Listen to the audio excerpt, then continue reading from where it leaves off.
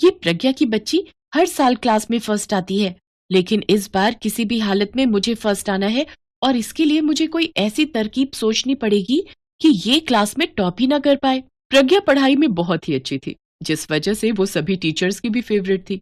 सभी टीचर्स उसी से बुक रीडिंग करवाते हैं। प्रज्ञा हर सुबह जल्दी उठकर नहा धोकर 8 बजे तक स्कूल के लिए रेडी होकर निकल जाती थी। पर आज उसे पेट में सुबह से कुछ चुभन सी महसूस हो रही होती है, जिस वजह से उसे काफी दर्द होता है।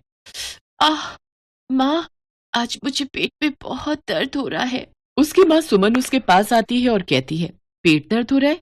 अच्छा, अब समझी, तूने कल जरूर बाहर से कुछ उल्टा सीधा खाया होगा। नहीं माँ, पर मैंने तो कुछ नहीं खाया। अच्छा कोई बात नहीं मेरी बच्ची, आज स्कूल की छुट्टी कर ले। नहीं माँ, आज स्कूल में प्रोजेक्ट जमा करना है और मेरी प्रेजेंटेशन भी है, तो मुझे स्कूल जाना पड़ेगा। दवाई खाकर प्रज्ञा अपना पेट पकड़ते हुए स्कूल चली जाती है। क्लास में पहुंचने के बाद भी उसका पेट दर्द ठीक ही नहीं हो रहा था।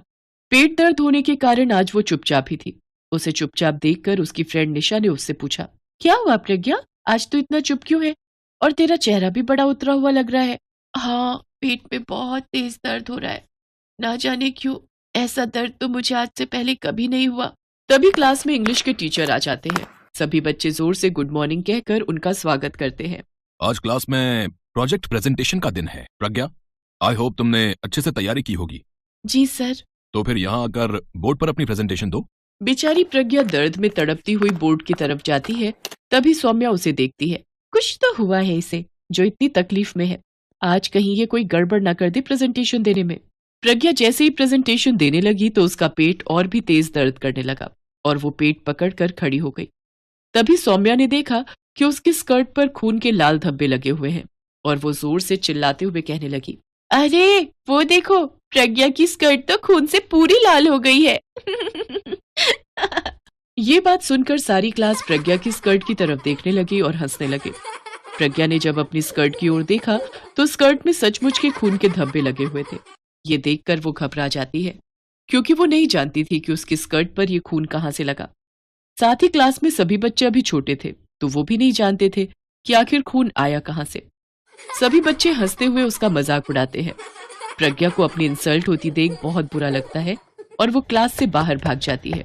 प्रज्ञा रुको बेटा, रुको और चुप हो जाओ तुम सारे के सारे। लेकिन प्रज्ञा किसी की नहीं सुनती और वो भागते भागते स्कूल के पीछे वाले जंगल में चली गई और वहां बैठकर रोने लगी। ये क्या हुआ मुझे, मेरी स्कर्ट पर खून कहाँ से आया, अब मैं क्या करूं, मेरी तो कुछ समझ नहीं आ रहा, अब मैं अपने घर कैसे जाऊंगी। अरुण टीचर जाकर सारी बात मेडिकल रूम की टीचर आरती को बताते हैं। वो उसे ढूंढते हुए स्कूल के पीछे की ओर आती है। प्रज्ञा वहां बैठकर रो रही होती है। प्रज्ञा, प्रज्ञा, कहाँ हो बेटा तुम? तुम्हें कुछ नहीं हुआ है, एक बार मेरी बात तो सुनो बेटा। आरती मैडम उसे ढूंढ लेती हैं और उसके पास आकर कहती हैं, प्रज्ञा बेटा, इसमें शर्माने और रोने वाली कोई बात नहीं, ये तो पीरियड्स है जो कि सभी लड़कियों को होता है। तुम मेरे साथ चलो, मैं तुम्हें एक चीज देती हूँ। नहीं, सब लोग हंसेंगे मुझ पर। मैं हूं ना, कोई नहीं हंसेगा तुम पर, चलो मेरे साथ। मैडम ने प्रज्ञा को एक सैनिटरी पैड दिया और उसे बदलने के लिए दूसरे कपड़े भी दिए। फिर उसे उस दिन की छुट्टी देकर घर भेज दिया गया। घर आकर वो अपनी माँ को सारी बात बताती है। हे राम, ना जाने मेरा इस ओर ध्यान क्यों नहीं गया, मुझे तो सुबह ही समझ जाना चाहिए था। पर माँ, मेरे अलावा तो क्लास में अभी तक किसी के साथ ऐसा नहीं हुआ। होगा बेटी, सबका अलग अलग टाइम होता है, तुम अब बड़ी हो गई इसलिए तुम्हें जल्दी हो गया। उसकी माँ ने उसे सब बहुत अच्छे से समझाया। अगले दिन जब वो स्कूल गई तो सौम्या ने उसका मजाक उड़ाते हुए कहा, अरे देखो तो, खूनम खून करने वाली प्रज्ञा मैडम आ गई, कल तो तेरे साथ बहुत ही अच्छा हुआ, तू है ही इसी लायक। उसकी बात सुनकर सारी क्लास उस पर हंसने लगी। इस तरह हर रोज वो उसका मजाक उड़ाने लगी। बात यहाँ तक आ गई कि प्रज्ञा को अब स्कूल जाते हुए भी डर लगने लगा और वो घर पर ही रहने लगी और रोती रही। क्या हुआ मेरी बच्ची को, जो दर्द में भी स्कूल जाने के लिए तैयार रहती थी, अब वो स्कूल जाना ही नहीं चाहती। प्रज्ञा का पढ़ाई में भी मन नहीं लगता था, जिसके कारण उसका क्लास में परफॉर्मेंस भी खराब होने लगी। उसके मार्क्स देखकर टीचर भी हैरान थे। क्या हुआ प्रज्ञा बेटा, अब तुम पढ़ाई पर ध्यान नहीं देती क्या? देखो तो कितने खराब नंबर आए हैं तुम्हारे। पता नहीं क्यों, अब मैं सब भूल जाती हूँ सर। बस यही तो मैं चाहती थी, अब मुझे फर्स्ट आने से कोई नहीं रोक सकता। ऐसे ही कुछ दिन बीत जाते हैं।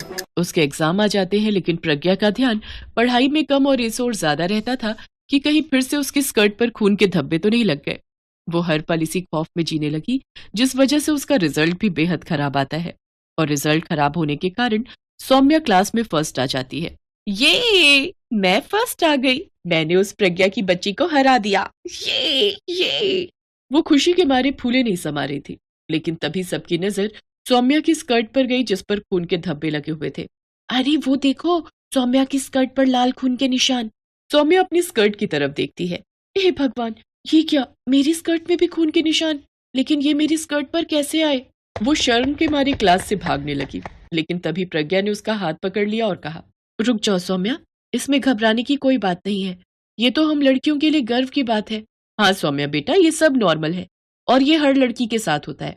ये लो सैनिटरी पैड। चलो सौम्या, घबराओ नहीं, मैं तुम्हें वॉशरूम की तरफ ले चलती हूँ। सौम्या को अब अपनी गलती का एहसास हो जाता है और वो बाथरूम से बाहर आकर प्रज्ञा से माफी मांगती है। मुझे माफ कर दो प्रज्ञा, मैंने तुम्हारी इतनी इंसल्ट की, और आज जब मेरा टाइम आया तो तुमने मेरा साथ दिया। कोई बात नहीं सौम्या, अगर हम एक दूसरे के काम नहीं आएंगे तो कौन आएगा?